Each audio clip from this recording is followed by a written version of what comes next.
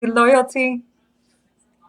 Let's talk about how love and loyalty is the backbone of relationships and how relationships are the backbone of society. Now, I'm sure you guys have heard that saying that goes something like, we are the sum total of the five people that we are closest to. So choose your circle wisely because you literally become what they are in a sense. Your guys' energy is so infectious, so contagious towards one another.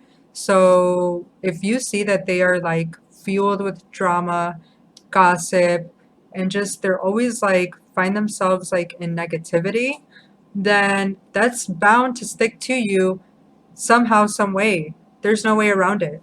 Now, on the flip side, if you choose to vibe with high vibe people, you will find yourself in like pleasant circumstances. You'll feel optimistic about life, and it's like everything is just flowing so beautifully because these people perceive life in such manner that it's like you can't help but, it'll rub off onto you. Yeah, it's wonderful when everyone in your circle is working on being the best version of themselves, then the force is unstoppable. The possibilities are limitless. There's no telling what you guys are capable of when everyone is just so goal driven, so focused on being the best person they can be.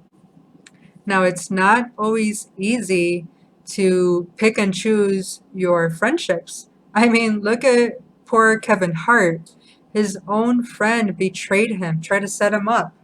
So watch out for snakes in the grass for sure, but still be open to any new potential better relationships, whether it be about business, on a romantic level, whatever. Just open your heart and let the universe bless you. That's all it's trying to do. I promise you that it's always working in your favor if you allow it to. These people, they don't announce their toxicity, of course not. As they say, the devil wears Prada. And you guys know this already, but let this serve as a reminder that when you start to sense that someone is like low key envious of you, like let's say that you are sharing good news and they don't seem the least bit enthused in, the story, whether it has some, like, your real friends are going to be rooting for you all the time, always. They're going to be supportive of your dreams. And so all they want to see you do is succeed, win in life. But your haters are going to like just dismiss it because they can't stand the fact that you're doing something good in your life. So once you make this realization, right, this has been brought to your awareness and there's no ignoring it. What do you do now? Are you going to keep them around for who knows what reason? Or are you going to choose to let go and move on and allow something better to come in? See, this is why, like, personally, I am fascinated by human psychology because one, it helps me understand why people do what they do to overcome social situations.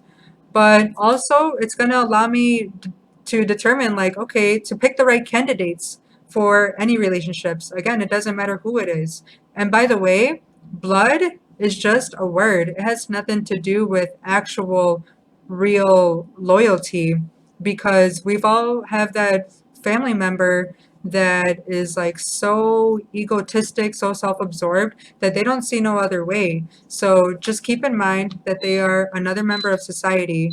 And granted, you probably could never like fully get rid of them because they are family, so that you have no choice but to like have them around. But do distance yourself. You don't owe anyone anything, as they don't own you anything. One of the laws, I'm sorry, as I'm reading this book, as I discussed in my other episodes, like I reached this part that stood out to me a lot because it said that people are either going to be grateful for your presence or they're not. You can't make someone feel grateful. So let them learn their own life lessons. It might take for them to lose you to appreciate how much of a valuable person that you were in their life. So, if anything, if you're always giving them a pass, then think of it this way: you are legit impeding on their self growth. The creator has already carved this soul path for them to walk on. And by you allowing so many things to slide, they're just going to keep on abusing and abusing that power over you. But little do they know you have the one up, because while they think that they can just do whatever they want to you, you are seeing this from a higher perspective, and you're just like, you don't know how close you are to losing me, and I'm giving you chance after chance. But again, you just got to let them go and let them learn on their own. They're going to miss you, and you're going to go through a grieving process as well. I'm not saying that it's going to be easy, but you got to do what you got to do in order to upgrade your level of success and your whole life, period. I know, like, speaking for myself, I had to let go of someone who was once very dear to me. I've known this person since high school, and ultimately, I had to decide whether I wanted to keep them around for a lifetime or not. And communication was a major barrier. And, it's like I had to outweigh the pros and cons, because I still think that they're a lovely person. I just don't want them around me. So ultimately, I had to decide that I had to let them go. And, even a year later, I still miss them. But when I tell you that a peace of mind is the most valuable asset in life, like, whew, there's no comparison. And this is actually what we're all chasing. When we say that we want financial freedom, when we say that we want the best relationship, the best lover, the best friendships, we ultimately are just wanting a peace of mind. So after experiencing the highest highs and the lowest lows in life, like, I can see that, yeah, that's what I'm prioritizing. That's what's going to be the forefront of my mind. And so I will do whatever I have to do, no matter how much it hurts me or hurts others. It's like, I know that I have to put myself first. So I'm asking you to do the same. Don't abandon yourself. They're not going to see it. And don't hold your breath. Now, currently, I'm in this part of the book of the 48 Laws of Power where it talks about how the Rothschilds family came into power. So, as you all know, they are one of the wealthiest families in history ever, and the way that they accumulated such level of wealth is through the law of concentration, meaning that they invested all their power, all their focus into a very small group of people. And obviously, it's self-evident that this method worked for them.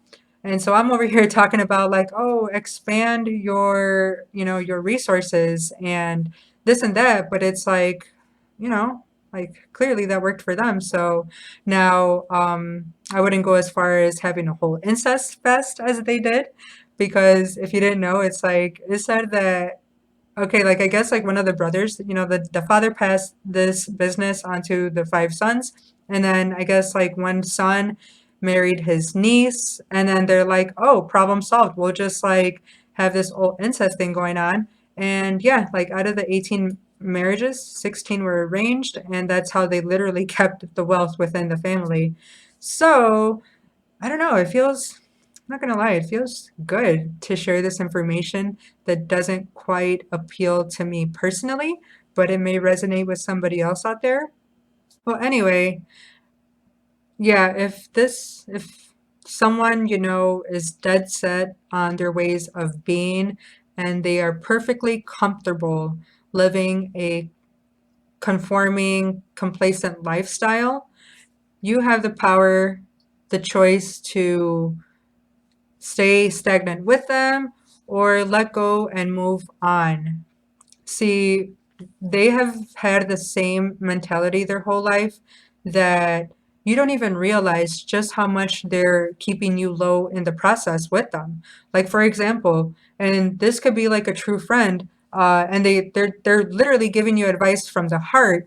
But okay, let me put it this way. Now, let's say that you bring up a potential new business deal, and you're sharing this with them because you're excited, but you're like, you don't know what to do. And so you're just, like, asking what they would do. And then they start talking about how, are you sure you want to do that? Because that sounds really difficult. Did you consider this? Did you do that? Like, a pessimistic mindset mindset is not going to serve you in the highest. People who are vibing high and who have like that outlook that's like positive in life, they're going to give you ideas like, oh my God, yes. And you know what? You should do this. You should do that. They're going to support you while the opposing side is going to just keep you down. And like, they're going to get in your head and then you're going to be like, yeah, you know what? I think they're probably right because they're sharing their life experiences with you. And while they technically mean well, it's like, again, just try to view it from a higher perspective and say, like, okay, is this person like really winning in life? Like, put it that way. And because they themselves are so unaware of a low vibe mindset, is that they're bound to sabotage and destroy any good that comes their way because they really don't know any other way of thinking. So, any good thing that comes their way, they don't know how to handle it. They're literally not equipped for these situations. So beware of these energy vampires. If they're not supportive of your dreams and they're not helping you build your empire, then seriously, what are they doing in your life? Just by them alone, playing small and staying in their comfort zone and fearful of the unknown, they are losing out on the endless possibilities that the world has to offer because they're too frightful of exploring the uncharted territory and they hold you back in the process. I wasn't really like aligned with my heart's desire. I was living a basic bitch life. Like I was doing the bare minimum.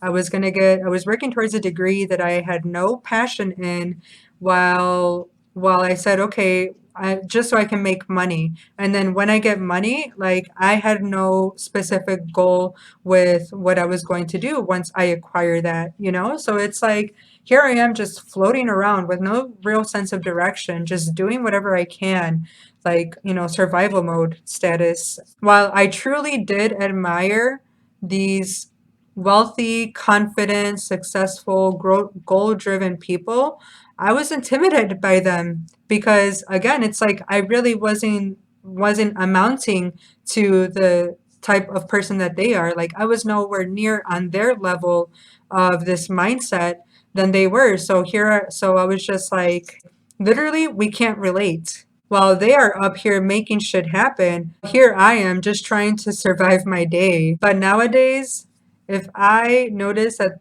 you know, the type of people that are trying to get near me lack ambition and they don't want to become a better person, like I want no part in it. Stay away from me. Get out of my face with that energy. There's a saying in Spanish that goes something like, better off alone than to be in bad company. So that's when you have to be brutally honest with yourself and do a self evaluation and be like, you know what? Am I too getting high off cheap thrills, you know, like as I once did? And real quick, going back to the Rothschild thing, I still would say that that is still acting out of fear because, you know, like I just said, it's like you want to stay in the familiar, right? That's safe and that's been reliable, consistent for the most part. But I'm just saying that it's like love is expansive and it wants to open up to any new potentials. And if anything, the inner child kicks in and it is curious. It wants to explore the unknown, not be fearful of it. So Nikola Tesla was way ahead of us when he said, if you want to understand the universe, you must think in terms of energy, frequency, and vibration. And that entails all human existence, period. So this can definitely be applied in your relationships because again, you can choose what frequency wave you want to ride. So if you want to vibe high, then you become the best version of yourself and you will notice that the universe will conspire in magical ways that's going to make that happen for you. Like, okay, let me tell you real quick that no, I'm sorry, it was earlier this year, 2021, that I decided to do a Reiki healing session for the first time. And shout out to Melissa, by the way. Hey. So, but real quick, for those who aren't familiar with Reiki healing, That just means that there's a practitioner who works with our energy centers, better known as the chakras, and they will, I guess, help you. You are your best resource, but they do have experience with moving the energy, and so they will like bring it up to balance and things like that. So anyway, I decided to try this out, and my session went really well. I will leave her information in the description box. So what happened is that like we were just talking, and what do you know? Like, she also has a podcast, and I jumped on her podcast and we collaborated, and it was a wonderful experience, yada yada.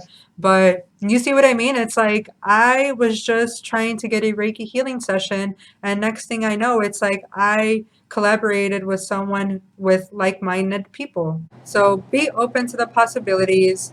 If I, who was once a spiteful, self centered, egotistic, unforgiving little girl, then you have the power to transmute these feelings, these patterns that are not serving you into something better. So, the biggest takeaway of this episode is for one, be aware of the fakes and phonies currently in your life. You don't owe them anything, you can remove them if you choose to. And then two, be the best version of yourself so that way those who are not serving your highest good can naturally fall off and you can go ahead and deliver all that juicy, delicious love and loyalty that you have to offer to someone who is more deserving of it and who is going to really appreciate you and not take you for granted. So don't just take it from me. Don't just listen and understand my experience on an intellectual level. I encourage you to do this on your own. I share this so that way you can apply it to your personal experience, to your life movie in the making. And that's the best way to really know. I can talk about this all day long, but in order for you to know, you'll just have to see for yourself. That's all I have to say. Thank you so much for tuning in. Much love and peace and avocado grace. Bye.